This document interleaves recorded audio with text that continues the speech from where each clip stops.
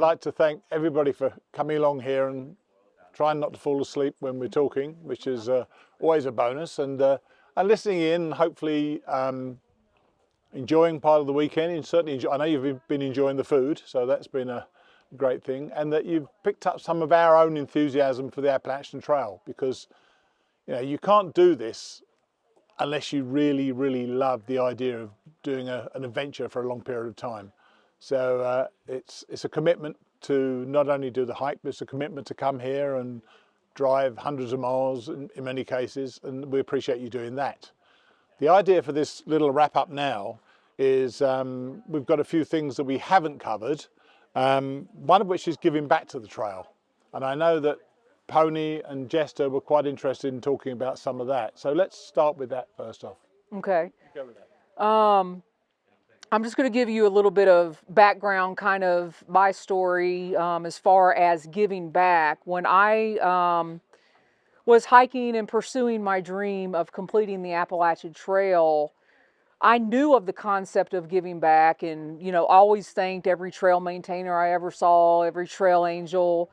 And for my 40th birthday, a group of friends of mine actually got together and got me a lifetime membership to the Appalachian Trail Conservancy. And I just thought that was just the most incredible thing. And it wasn't until really 2020, during COVID, that I was drawn to really pursue and start giving back. And that just so happened for me to be on the Mountains of Sea Trail, and not so necessarily monetarily. We can all do that as well, but giving of your talents and your time to a trail in a brown path, or it could be your local park. It could be whatever you're called to do. But I do hope that each and every one of you, as you travel and pursue your dreams of completing the Appalachian Trail, I have gotten so much more fulfillment in actually giving back. And I didn't really understand that until I started doing that. So that's just my little spiel on that. And I don't think I'll ever stop giving back, because it's given me so much. And I know, Clay, you wanted to talk. Yeah, I like what you're saying, Jester, just about the many different ways there are to give back. So just to very quickly point out, while you are on trail, there's endless opportunities to give back. That literally could be stooping down and throwing that branch off the tread that you see. It could be, as I literally did, trying to manage the poop pile in the privy with a stick. Just anything that you want to do. Anything. Sweeping out a shelter, I did that a bunch of times. So I just took all these little opportunities. Nobody even necessarily knows about them. And then obviously I've seen some of you helping around the hostels. I always volunteer, not looking for work per se, but just to say, hey, as long as I feel up to it, which is almost always to say, you may have noticed I don't sit still that well. And so I go to the hostel owner and say, if you got anything for me to do, I'll do it. Give me the worst job. So you can give back in that way. I took the opportunity in 2 years after I finished the AT to volunteer for the ATC's Conrock Trail Crew. Conrock is one of 5 regional trail crews that they maintain. It's the oldest and most famous, but there's one for Mid-Atlantic and New England. And so wherever you are, you can get on an ATC trail crew. The ATC crews, their intention is to go in and handle, the maintaining club sometimes will balk at this, but what we handle are these bigger projects that require literally moving 600-pound rocks, or building French drains, or rerouting through a boulder field, all these things where it's a little more technical and it requires some coordination. They have a roster of projects that need to be done. They go out and examine them, and then it gets on the schedule 5 years in advance of when it actually gets done. So these are really, really important things that get done. It's fun. So far, you don't have to pay, which is pretty neat. Like Colorado Trail runs crews, and you pay a modest fee to be able to go out. It's a lot like a thru hike. You're living in the woods with a group of people you've never met, and you are working on something very hard every day and pulling in the same direction. That camaraderie develops. You can go out for 1 week, 2 weeks, whatever. And like I say, I've done Conrock for a total of 4 weeks. I loved it. The experience is personally rewarding, and then you are just giving back to the trail. But what I tell people is not everybody lives near enough to the AT to be able to do that. Not everybody lives near enough to any trail to do that. So just as Jester said, you've got parks in whatever town you live in, you've got open space, you've got a trail. I always say just even one day a year, because when you get out here, and if you're fortunate, you run into a trail crew, you run into people doing this stuff, and if you wind up working on these crews, the work that's required to keep this thing going, if we just stopped maintaining, the local clubs are responsible for cutting the weeds and, you know, cutting down fallen trees over the winter and stuff. If we stopped doing that for 2 or 3 seasons, it just would really be impassable. So it's worth doing. I decided to volunteer when I was going down those steps after Greylock down to that Highway 9 in Vermont. Giant stone steps, and I realized, man, it was pouring rain. I'm like, if these steps weren't here, this would be really dangerous and hard. And I thought, my gosh, somebody had to move these huge boulders. And the next year, I was moving a 600-pound rock in a nylon net with 8 people. I think of us, it's 1, 2, 3 lift, and you bump it over 2 inches. So it's very rewarding. Give back any way you can while on trail. Eagle Eye was talking about picking up micro trash. Totally great thing to do. I pick up pieces of trash. There was a woman who hiked in my year called Gaia the Womble. She picked up real trash, and she ended up picking up 350 pounds of trash on her whole hike. So many ways to give back. And I think, I don't know if this word resonates, and I don't mean it literally, but it's sort of a spiritual thing. I just think it's so important to be like making an effort. The people who have given to you, you're just going to give back, and we're paying it forward. So I must say, this was going to be their section, but I'd like to say, because somebody wrote this to me the other day, that I've given back to the trail by doing a podcast, and I didn't even think about it. But I know a couple of you are here because you heard about this weekend, and you've heard about all my guests' stories, and every guest has that story that will resonate with somebody, and you might think, oh, I remember that person. I didn't think I could do the trail because of this, but that person, I said on the Mighty Blues show, they did it for this reason. And I get emails rather. Nobody gets letters anymore. I get emails, literally 2, 3 a day, about how a particular guest has inspired them to consider hiking the trail. So I feel that's my part of giving back, because the thought of me lifting a 600-pound rock just would not sit well with me at all. So well done for you, but appreciate that. And people, you can give monetarily. Yep. Oh, that's important too. Yeah. So that's giving back, really, unless you feel... Actually, he's giving back because he's got more people in the hammocks than anybody I know. Well, I mean, not just that. I was just sitting here, especially listening to Clay and everything. And, I mean, I look at the trails, whether it's the AT or any, my local trails and all that. Since I love the outdoors as much as I do, that's like my home. And so, whenever I go out, whether I'm hiking, the Florida Trail, certain areas or whatever, I normally try and pick up, trash and all that stuff to help, clean my living room or whatever, And I mean, that's why I did what I did, whenever it came to Max Patch, drove all the way up from Florida, because I mean, whenever I saw that was like heartbreaking. Yeah. And so, Yeah. exactly. And that's exactly how I felt, Yeah, if you go out and specifically go clean up trash with people, you will begin to see more trash than you ever wanted to see, even in your own neighborhood and just around you. And it's like, wow. It's fulfilling to actually clean up and pick up trash and things like that. So, yeah. So that's giving back. One of the things I've got written here is dispelling AT myths. And once again, there aren't many that I can dispel, but I'll probably think of a few as we go along. But once again, Pony and Jester have come up with some myths to dispel. Talk about the Virginia. No, actually, let me take one of yours. Yeah. The Virginia Blues. people talk about the Virginia blues, and I've heard the reason being because it is a boring state. It's a quarter of the entire trail. My personal feeling, the Virginia blues are because you're in the state for so darn long. You know, you go through Georgia relatively quickly, 80 odd miles, you know, a week or so, you're through Georgia. Then you've got North Carolina, you're in and out of Tennessee, and you pass through across eventually into just short of Damascus, you get into Virginia. And then you keep going, and you keep going, and you keep going. And about 3 months later, it feels like you get out of Virginia. I think that's part of what the Virginia blues is from my perspective. I personally found Virginia to be a beautiful state. Ridge walking is a tremendous thing to do.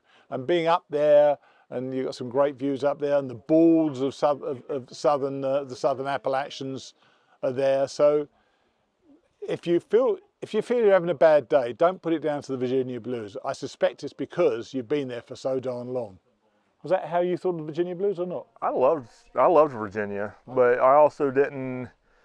I think that is how a lot of people feel because of how long you are in there. But I didn't focus on how long I was in Virginia at all, because I kind of broke my hike up, you know, into weeks or whatever instead of by states. Sure.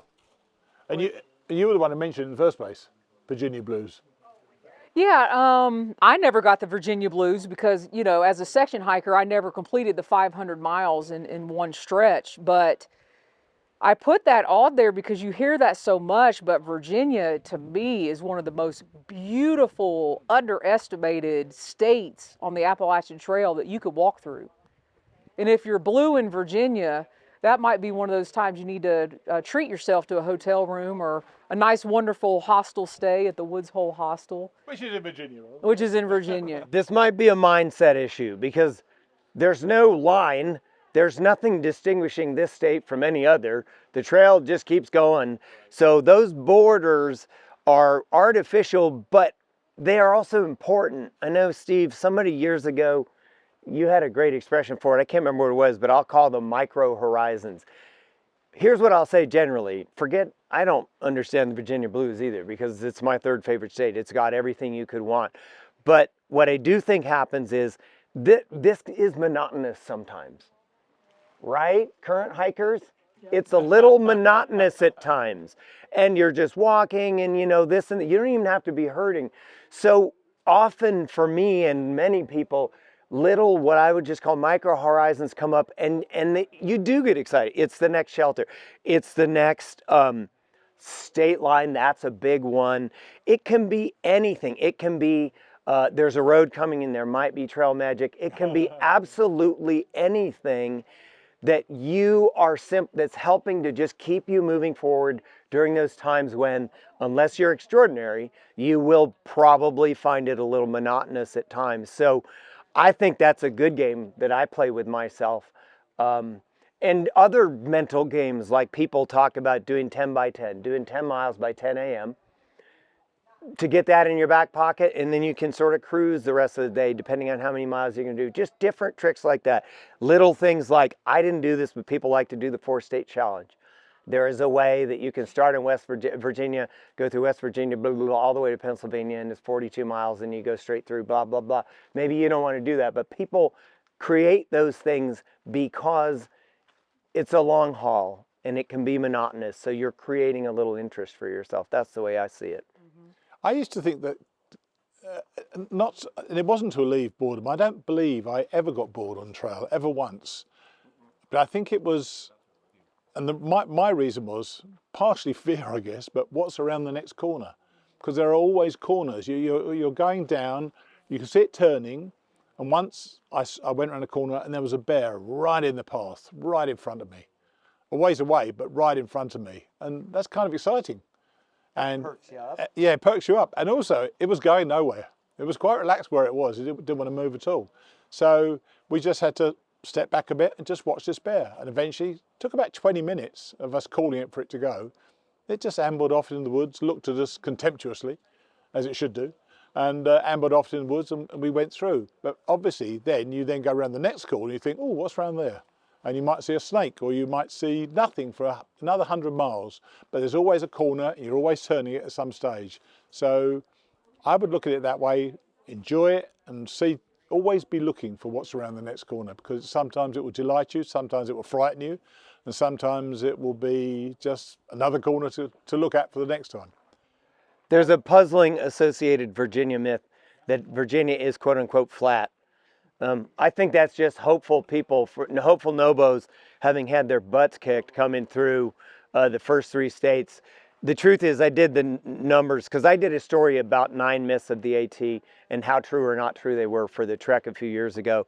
And the truth is, I think the average elevation gain per day for those first 3 states is something like 280 feet. And in Virginia, it's like 245 feet. It really isn't that different. However, it does get gentler as the state goes on. The Shenandoahs are pretty sweet and easy. And after that, you're entering the less up and down regions of the mid-Atlantic. Of course, by the time you get there, it's often going to be high summer, and then you're just going to sweat like you've been dipped in gasoline all day. But it's fun. It's really fun. Virginia is not flat. Another myth, and I have no idea why they think this is a myth, but talk to me about Pennsylvania rocks.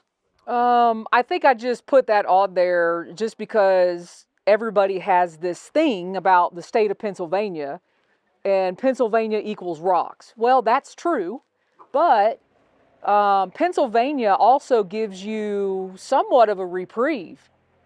You don't have major big climbs. It's relatively flat. There's some amazing towns that you do go through in Pennsylvania, and I think you said it best, Mighty Blue. I don't know what day it is because it's all jumbling together, but I just don't want people to walk away thinking to dread Pennsylvania. No. So, yeah, absolutely. And if I wasn't clear about that, embrace it, because it is part of what it is. Southern Pennsylvania is gloriously flat, and I did a 26-mile day in southern Pennsylvania. I don't normally do a 26-mile drive, so a 26-mile day was something for me to do. But then you hit northern Pennsylvania, and it is tough, but I would not be without it. It is part of this wonderful thing that's a trail, that every single state has its own characteristics. Most people now jokingly say that Pennsylvania is their worst state, but really every state is a wonderful, wonderful state to be in. Oh yeah, Katadyn does not close on October the 15th. Katadyn, I've talked to several of you about this. Katadyn does not close on October 15th. That is a myth. This has to do with accommodations inside Baxter State Park. That's all it's about. And what it is Baxter sort of takes a hiatus from camping for everybody on October 15th, although for thru hikers, the Birches shelter site is actually open through October 22nd. But there's a superintendent who can close that mountain on any day of the year for any reason. That would be for weather, it can be for environmental conditions, it could be for trail work, whatever. So that's what happens, but there's not a season where it's like, nope, you can't go up that mountain. So chances are, if the weather's good and everything, you can go. The thing you have to work out then is, well, if I can't sleep in Baxter Park, how am I going to do this? Multiple different ways. I happen to be soboing from, I had flipped, so what I did was I shuttled in from Millinocket. I summited Katadyn, I came down and I hiked 10 miles out to Able Bridge. I didn't sleep in the park. It wasn't at that time of year anyway, but you could, that's one option. You could shuttle in, do Katadyn, shuttle back out to Millinocket. I mean, there's any number of options. It does not close. I don't think it's a bad thing for hikers to have in mind. Mid-October is a good time to be done. It'll keep your butt rolling, you know, but it does not close. And that is just a fact. It's very strange to me how that myth persists, but you don't have to worry about it. On the other hand, you know, I don't know that I would dilly-dally. It does, it's northern, you know, you're getting up into central Maine and you can get some serious weather by that time of year. Yeah, definitely. Another one was, it's kind of an obvious statement, and we talked about rain yesterday. There will always be weather. We didn't actually talk about extreme heat. I remember once walking up a mountain in Virginia, and it was apparently at that elevation was about 98 degrees that day. It was really hot. I was really working hard. I could suddenly hear this thump, thump, thump, thump, thump behind me. I thought something was coming up behind me. I turned around and there was nothing there at all. And it was my heart. It was going boom, boom, boom, boom, boom. Because I'd obviously got overheated. I think I was a little bit dehydrated as well. So when you get in the heat of the summer, and you will do, you'd appreciate the green tunnel, but then you're out of the green tunnel sometimes. You're going up a mountain and you're walking on a track which is entirely exposed to the sun. Drink as much water as you can. You will never overdrink water at that stage. It's a tough thing to do. I mean, you talked about there will always be weather. Yeah. There's snow, there's hail. It's America in 6 months. You're going to get absolutely every sort of weather you'll ever get. It will be there on the Appalachian Trail. The reason I put that on there, my first solo hike that I did by myself, and I just thought I was, and it was in the Smoky Mountains. And that's one of the areas that people are constantly talking about the weather. And in Molly's Ridge Shelter, the first morning of my second day, I just randomly asked this guy, I said, did you happen to catch the weather on your phone? Because I saw him on his phone. And he turned to me and he said, ma'am, there will always be weather. Said it the nicest way, the kindest way. And you know what? And I said, you're right. And then I started letting myself, once you're outside enough, you get in tune to when those storm clouds are rolling in and when that weather's going to happen. And you could just hear people talking about weather. You never have to look at the weather again until you get to the whites. You may have to start looking at it when you get to Vermont, but it's going to rain. It's going to do everything, like Mighty Blue said. And I think that statement that he said to me really eased my fear about the weather. Yes, I've packed what I needed. Yes, I can get warm. Yes, I'm going to hike in the weather. The weather's not going to stop me, and I'm going to have a great time, and I'm going to stop obsessing about it, because people can get obsessed about the weather. And on the advice from another hiker, one of the best bits that I've had advice from a number of different people, which I've remembered this weekend actually. We've told you about Far Out, which when it first came out was gut hooks, and I was looking at gut hooks all the time. I remember this distinctly. I kept stopping to see what elevation I was at, how far I was up the mountain, because that's kind of encouraging, how far I had to go and so on. And the guy who was with me turned around to me and said, what on earth are you doing? I said, I'm seeing where we are. He said, we're on the trail. There is the rest of the trail. You're going up. And when you get to the top, we'll be at the top. If you keep stopping, you will interrupt the rhythm of your hike. And from that moment on, I went from 1.5 miles per hour, which is not very fast anyway. I went almost instantly to 2 miles per hour. Because when you stop, you don't just stop dead, look at your thing. You actually start thinking about stopping. You put your poles down, you get your phone out, you check where you are on the thing, you look around, and then you get your poles back up, you put your phone away. You interrupt your hike so much by keep doing it. And I was doing it, I don't know, every 100 yards, see if I was any closer to the top. He said, that is the trail. And it doesn't matter what you think or what it says on Far Out or gut hooks as it was then. If it goes up, that's where you're going. If it goes down, that's where you're going. And just enjoy it. When you get there, you'll be there. And it was a simple thing, but that actually increased my speed. So it's worth thinking about that. What other myths? Because I've got no other myths in my mind. You got any at all? No, I can't. Well, there's a saying you'll hear that's a really clever saying, and it's wrong, but it's also true. That when you hit Hanover, so when you hit the New Hampshire border, you've done 80% of the miles, but only 50%. 20%. 20%, sorry, 20% of the effort. But the reality is that's not true. That's an exaggeration in terms of the numbers. So that's all I'm quibbling with are the numbers. It's just a nice, fun thing to say. It's a little meme. But it is actually true that you are about ready. You've come through so many different things. And down here in the south, there's plenty of steep and lots of climbing. but it really doesn't compare. New Hampshire and Maine are a completely different story.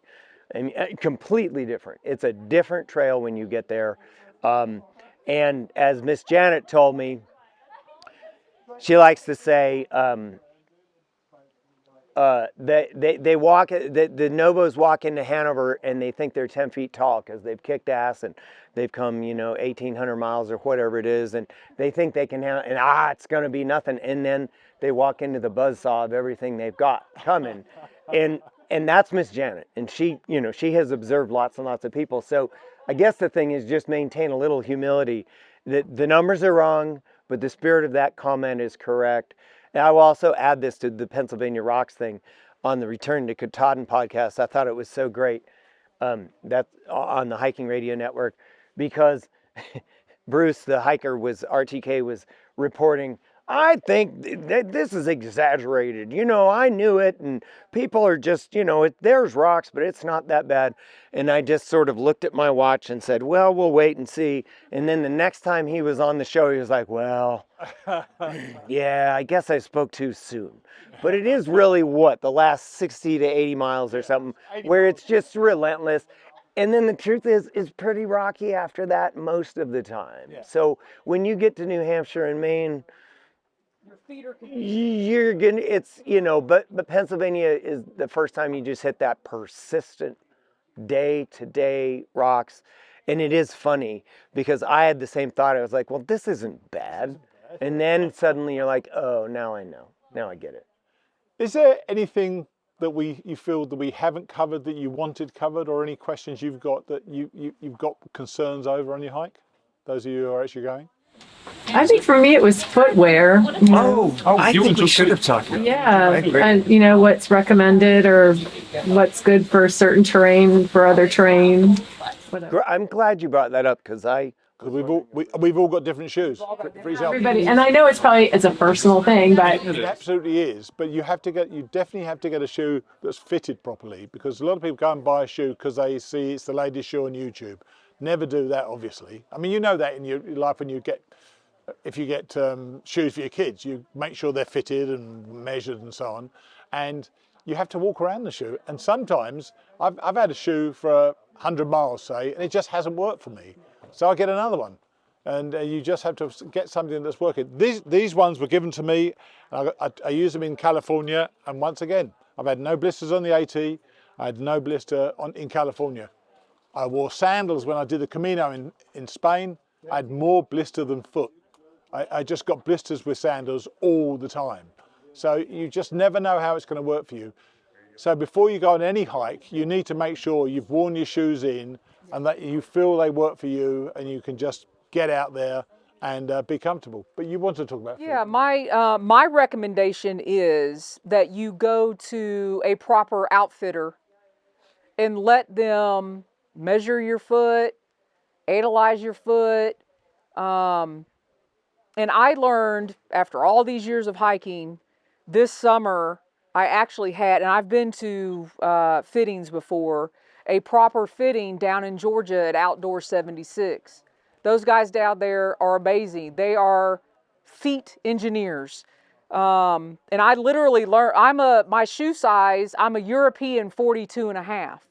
And they have this whole theory of how we should all be going by European sizes. And the Americans are the only ones that don't use the European measurement. And he brought out, and I was like, really? He's like, I'm going to prove it to you. So he brought out Ultra, Hoka, New Balance, Boot Keens, 10 different pairs of shoes in what size I thought I was, and they were all different. And then he brought out my European 42 and a half. In one of them, I was a women's 11. In the other one, I was, a men's 9. In the other one, I was this or this, but they were all my European size. And for a female, the average width of a shoe is considered a B. Well, they measure, I'm a C plus. So that's why I always went with men's shoes, because they're a D. I was right there to go with the width of a men's shoe, but I was always wearing the wrong length because you're always told, put your thumb at the end of the shoe, you know, test your big toe. Well, my middle toes are longer than my big toe, so that makes no sense for me. So for the first time ever since I started hiking, you know, in the early 2000s, I am actually in my proper size 42.5 European shoe. And it's funny because when you go to other shoe stores, I went to a Fleet Feet the other day with a friend of mine, and I said, yeah, I want to try those. I was just looking for some dressier running shoes I could wear to work. And I said, I'm a European 42.5. And the guy was like, oh no, you're a da-da-da. I said, I would like to try on the 42.5. And it just, I mean, you would have thought I had asked him to like cut all of his fingers off on his hands. And he finally brought me a couple pairs that were 42.5 and they fit. So my recommendation is get properly fitted wherever that is in your area and ask them for your European size, because you'll notice on boxes there's 2 or 3 different sizes. And I know, Justin, you went down to Outdoor 76 and got fitted. I mean, it's an amazing experience. They will spend hours with you. Are there any, is it any other states, or is it just in one place? Just in one, they're just in Georgia, 2 shops in Franklin. And the other thing is, if you don't take care of your feet, to me, it's the number one. I say this and you're like, well, Jester, you didn't figure out your feet until like this summer, but it'll ruin your hike. It will run your feet will stop you from hiking, not your pack, not your this, not your that. If your shoes don't fit properly and you're riddled with blisters and your socks don't work. And one thing, like Mighty Blue wears a liner and a sock. My feet get so hot, there's no way I could wear a liner and another sock. Can't do it. And I get, in the summertime, since I do the majority of my hiking in the summer, for some reason, if I wear a sock higher than a no-show, I get heat rash. Don't know why. It's just how my body operates. So I see hikers in these long socks. I can't do it.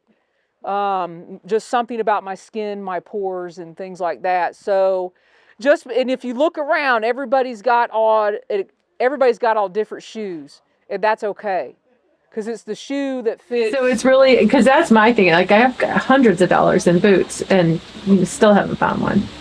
So, but I guess that's everybody. You just have to do the trial and error. It's trial and error, and you can listen to, you can go on just say Facebook and any one of the groups and ask, hey, what kind of shoes, you know, are the best? And you will get 10,000 different answers. And some people have to wear boots because, you know, maybe they've sprained their ankle so many times, or they've had a previous injury, or, you know, maybe they have to wear orthotic or a shoe insole or something like that. And the best way is to get a proper fitting. And for me, it's that European sizing. And the other day I wore Ultras up at Dismal Falls, and I'm going to actually throw my Ultras in the garbage. They suck for me, and other people wear them and they're wonderful. Because I could feel every single thing, and I was like, okay, I don't operate like this. I like a more firm, sturdy shoe. And my go-to is the Brooks Cascadia.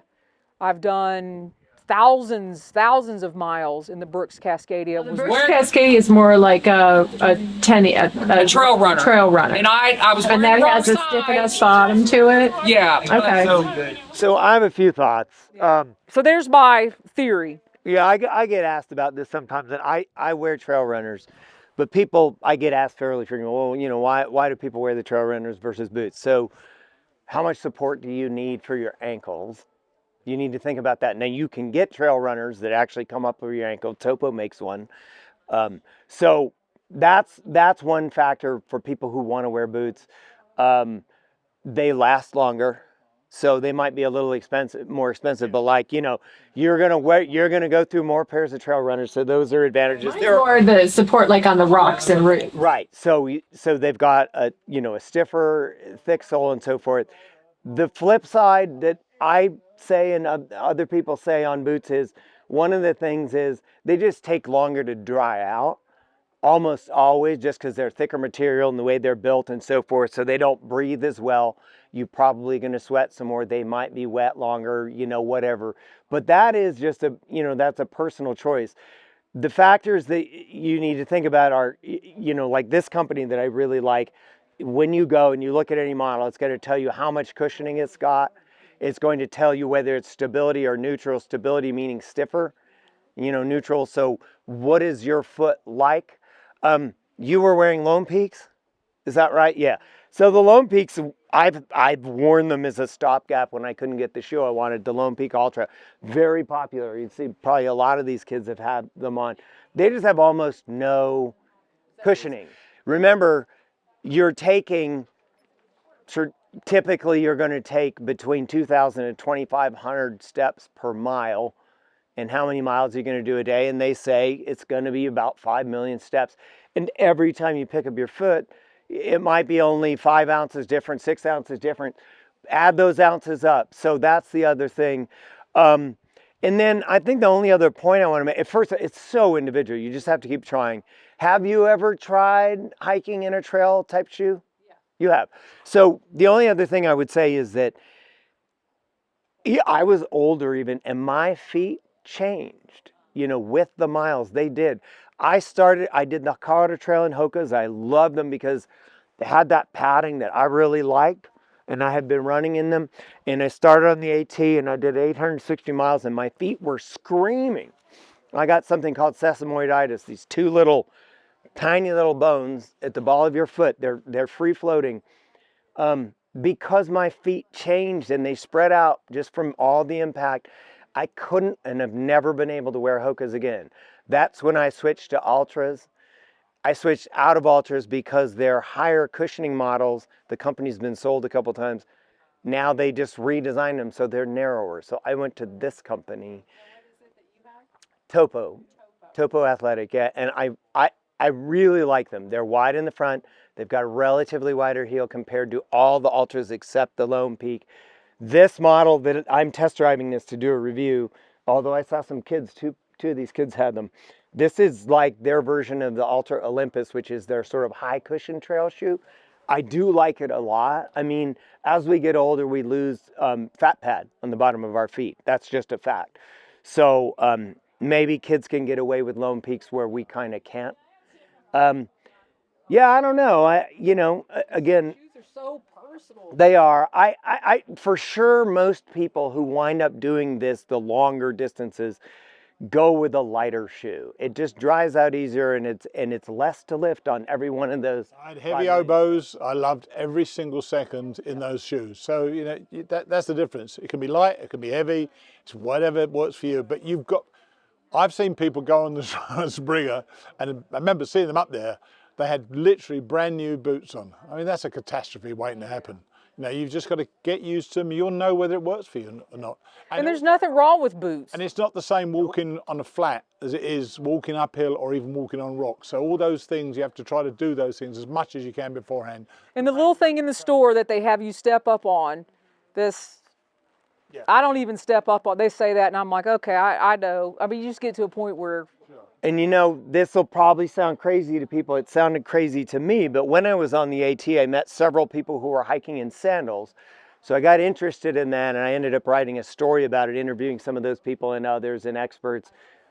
I have hiked in very minimalist sandals from zero. Somebody had zeros. Are those your zeros? I've got zero. Your camp shoes? And you know what? It's not crazy. It's not as crazy as it seems. I've done certainly 500 or 600 miles in sandals. I personally wouldn't, my feet aren't going to want to do that all the time. But I'll tell you, especially in really hot, because it'll blow you away. The first 90 miles on the CDT, you come through the Chihuahuan Desert from the Mexican border, and I don't know what it is, but everybody, no matter how experienced or how much they love their shoes, it just really hammers your feet, probably because of the heat, and it's pretty flat. And you know, to have the sandals as an option saved my feet when I was hiking through what I call the Great Nebraska Savannah, and it was 98 degrees. I can take off my shoes, the hot spots are developing, and I just throw on those minimalist zero sandals, hike with them for 10 miles. So it's not about, it's not as crazy. I would never do it the whole way. Because that's some of the time I have chacos and love those things, and I'll hike because we go to we call it the blue hole and swim. So I want to take those like in their water shoes, right? And some of those I'll come back with no pain because it's it's the stability, I think, too, because they have that thick sort of tire sole to them. But it isn't like you'd want to hike in them all the time. Yeah, but sometimes those are my best hikes with those chacos. Yeah, the whole barefoot running craze with ultra runners and stuff that happened around 2010. There's a book came out. It sort of came and went. I don't know if you saw the Vibram 5-finger, the toe shoes.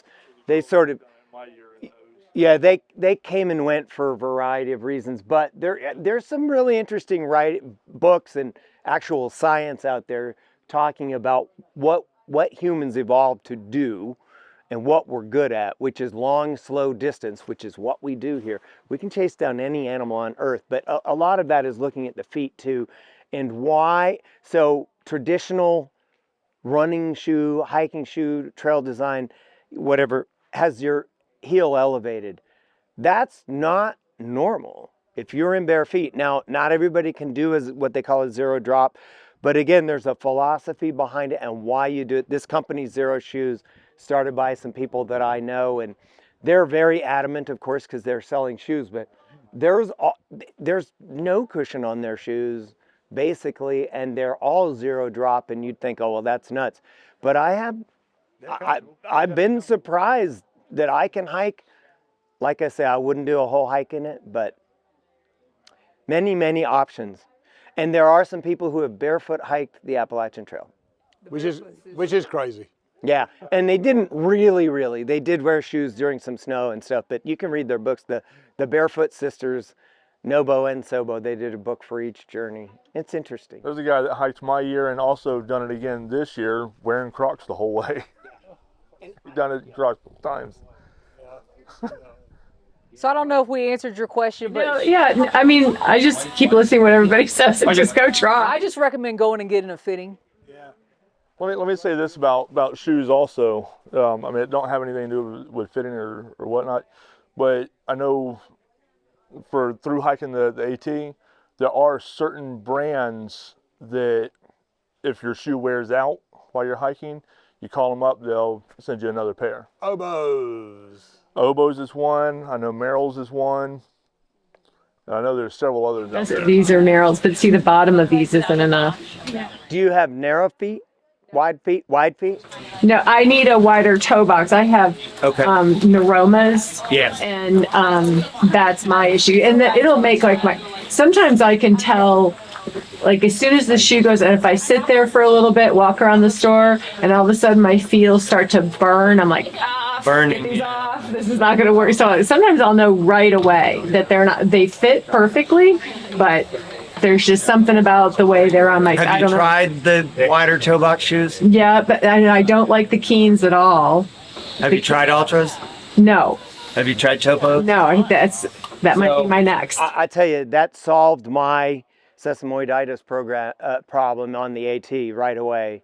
I was in Ultras. Unfortunately, I was in the Olympus, which was their heavier cushion shoe. They did not last, so durability is another thing. When you wear boots, you don't have to replace them. If you wear trail runners on the AT, most people are going to go through at least 5 pairs, if not more. So that's a factor too.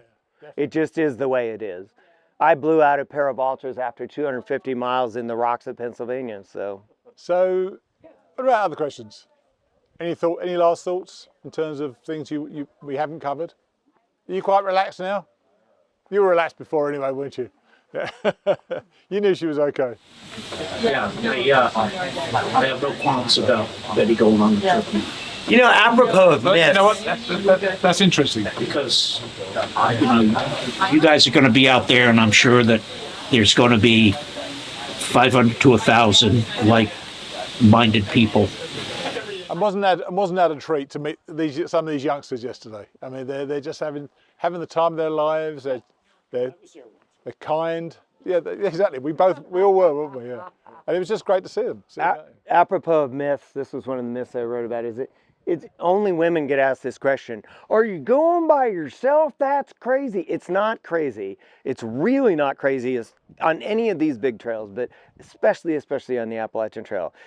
You're not going to be alone. You might be alone once you get up north, depending on the time of year. You might be hiking, but it's very, very safe. The community is safe. It looks out for each other. Every once in a while, there's an oddball or some quirky thing, but percentage-wise, statistically, it's just incredibly safe for women and everybody. So. You know, what's interesting about all the people that came in last night is the age. They were all young. There were no 40, 50, 60. I think it's because they are. It's going sober is the time of college graduation. Yes. And I think that's the main reason. Most of them. Hawk is a little older. And there were a couple guys I had breakfast with that were a little middle-aged, but I think Sobo is a little bit more of a it's a little bit of a quirkier thing to do. It's considered in so young people. Said it many times. This demographic of this group in general, though, is way low from what it is on average in my experience. But you get a lot of people who are older who have done life, and a lot of people who are younger who have sort of done the first couple horizons in life, and not as many in those working years of, late 20s, 30s, 40s. They're getting to be more and more. And I've noticed recently, people I'm interviewing, that people are just giving up on their lives, aren't they? And they're saying, I'm going to do something different. Maybe the whole COVID thing inspired some people too. Shook a lot of people up. So, anything else you need? All I would say to you all, if you've got any other questions you think of when you're going away, you say, wish I'd asked that, please reach out to us and we'll try our best to answer it. And any help we can give you while you're planning this, just let us know and just stay in touch. And we'd love to help you out, achieve your dream, because it's a worthwhile dream, I tell you. You'll never get over it. Yeah. Well, thank you so much for coming. It's been a joy to meet you all. And I think good luck. Good luck to all of you.